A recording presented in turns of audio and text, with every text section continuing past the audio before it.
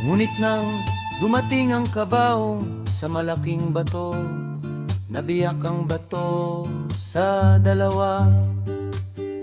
Iyon ang lugar para sa kabaong. At nalaman ni na Melchizedek at Sem na iyon ang lugar na itinalaga ng Abay Yahwa. Pagkatapos ang anghel ay umakyat mula sa kanila patungo sa langit, habang sinasabi sa alahayang, masdan ng katawan ng ating amang si Adan ay dumating na at naparito sa lugar na iyong pinili. Ginawa ko ang bagay na iyong iniutos sa akin. Pagkatapos dumating ang salita ng Abay Yahwa sa anghel na nagsasabi, bumaba ka kay Melchizedek at patatagin mo ang kanyang puso at iutos mo sa kanya na manatili sa tabi ng bangkay ni Adan. At kapag si Sem ay pumasok na sa kanyang kapahingahan, sabihin mo kay Melchizedek na pumunta at kumuha mula kay Sem ng tinapay at alak na nasa kanya, at itago ang mga ito.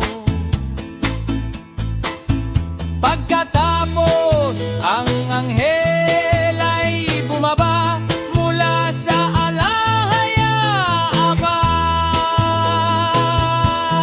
Yahwa sa anyo ng isang tao na nagpakita kina Melchizedek at Sem at pinatatag ang kanilang mga puso.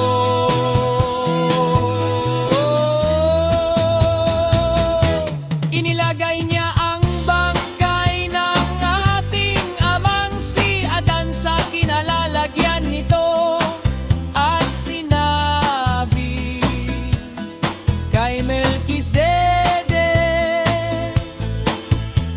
kumuha ka mula kay Sem ng tinapay at alak, at kinuha niya ang mga ito gaya ng ipinagutos sa kanya ng anghel. Ngunit si Melchizedek at si Sem ay nakatayong nananalangin sa tabi ng bangkay ng ating amang si Adan hanggang sa kinahapunan. Nang bumaba ang isang dakilang liwanag sa ibabaw ng bangkay, at ang maang anghel ay umakyat at bumaba sa lugar na iyon, sa ibabaw ng bangkay ng ating amang si Adan. Sila'y nagsasaya at nagpupuri at nagsasabi, luwalhati sa iyo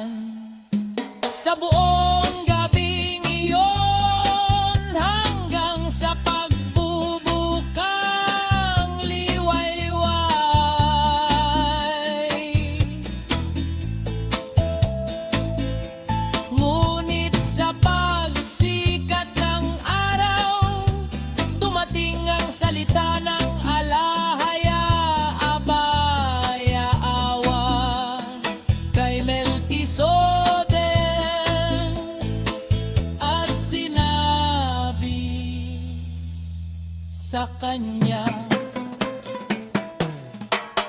Tumindig ka at kumuha ng 12 sa mga batong ito. Gumawa ka mula sa mga ito ng isang dambana at mag-andog doon ng tinapay at alak na kasama ni Sem at ihandog ninyo ang mga ito,